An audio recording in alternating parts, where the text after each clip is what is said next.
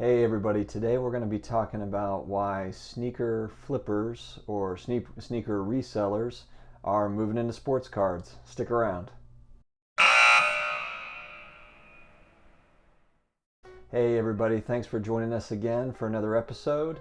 We're excited to kind of switch it up a little bit today, and instead of talking about individual cards, we're going to be talking about something that Gary Vee has touched on over the last year. Makes a lot of sense, and we did some research into it. But basically, the fact that sneaker flippers and sneaker resellers are moving into sports cards, and what that kind of means for the industry, and kind of how that happened and how that got started. So, first off, I don't know if most people wouldn't realize this, but the sneaker industry as a whole is a $58 billion industry. So, just massive. And we're talking about, Foot Locker, Adidas, Dick's Sporting Goods, all of these resellers, but just an absolutely massive market. And it's come to where, sneakers it's a cultural phenomenon now. Everyone's expressing themselves with their sneakers. And that started way back. It probably really started when Michael Jordan came into the league, and he was the first guy that really had his own sneaker. And it was something that was groundbreaking at the time.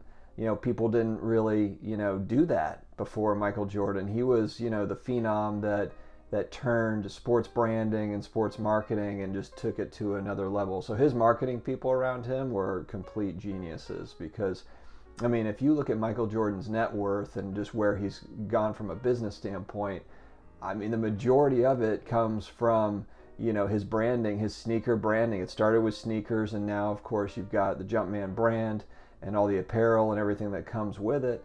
And he's long since retired, and he has just completely bankrolled his brand. So unbelievable. But as this pertains to sneakers, what's happened is Nike and some of these companies purposely, kind of seeing that people were buying and reselling these limited edition sneakers, purposely set pricing lower to where it would create this secondary market and would build this hype.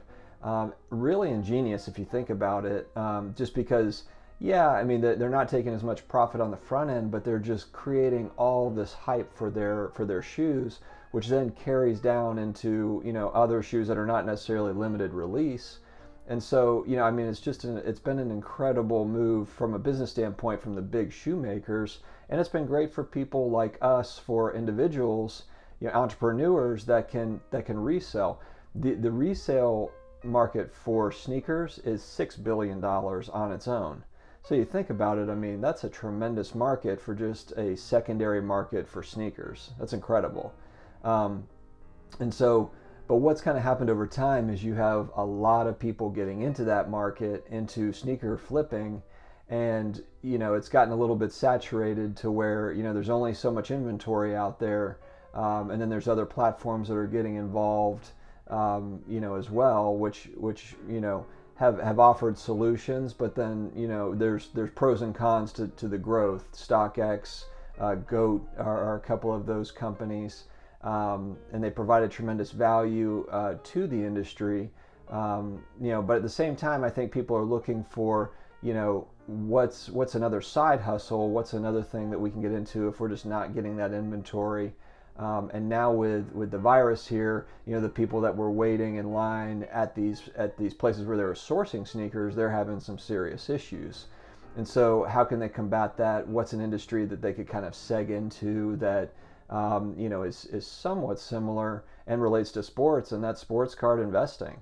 And that's where you've seen a lot of people move over, is because there is a lot of inventory there. So yeah, you can still do your sneaker reselling, but now you've got an opportunity to also flip sports cards, and it kind of goes hand in hand with what you were doing as a sports enthusiast. So the sports card market, as we've talked about, it's grown tremendously over the last year. It's probably the hottest that it's been. The sports card investing market has probably never been hotter. I know in the late 80s and 90s, that's when it was hot in terms of demand, but the supply was just out of this world. Companies have gotten smarter, and print runs as a whole are lower than they were back then. Demand is high, print runs are lower, and we are seeing increases in print runs. Panini and you know, the companies that are putting these out, they are increasing print runs, but it's still not on the same level as what we saw back then. So, and now we have, you know, higher population than there was in the 90s globally. Plus, it has become more of a global. Sports in general are more watched globally. Basketball obviously is kind of the big one on that front. They're leading the way globally. But even, you know, football's played in London. They're playing in Mexico City. You know, soccer, global. You know, so you have a lot of more of a global audience than you did in the 80s and the 90s. So Sportcards offers a just ton of opportunity there, you know, for sneaker flippers that, you know, are just struggling to find the inventory. And then, of course, now no one can really go outside, can go and source these. It's become more and more difficult unless you're working online. And so Sportcards offers that alternative. One thing that's become, you know, also something to, I guess, keep track of or to watch is with sneaker reselling, flipping, you know, there's a lot of counterfeit out there. There's a lot of, you know, there's opportunities for fraud. And so that's where companies like StockX, GOAT, I believe the other one is, if I'm saying it right, Collect, K-L-E-K-T. But I believe Collect specifically acts more as a middleman to be able to, you know, kind of counteract that the counterfeit type stuff. So, you know, that is something also that you're battling as a sneaker reseller, is trying to ward off the counterfeit, you know, goods. And so those companies those secondary market apps companies have come forward, and they're really making a huge difference in that industry.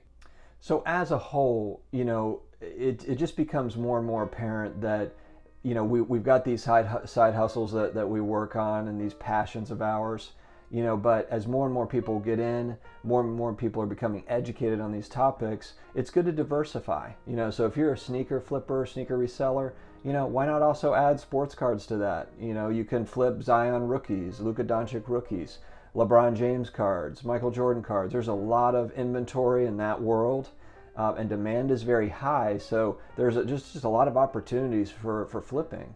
And sports cards. So to me, it just makes total sense that we're crossing over now, and who knows, maybe that'll, you know, cross over into another industry, you know, down the line. But sports cards offer less of a need for physical interaction. So with kind of this new world that we're living in, the 99% of these transactions are done through eBay and online, ComC and some of these companies. And so you're able to operate, you know, you're just working through the mail and doing everything online. So you are able to still operate even in these trying times. So for all the sneaker resellers, flippers that might be watching this, you know, check out sports card investing. It is a wave that is, you know, really been taking hold over the last year, especially. Probably nothing new to a lot of you folks, you know, but it's definitely worth looking into. So thanks very much for stopping in, guys. Please subscribe. And we'll be back to you with another video soon. Thanks very much.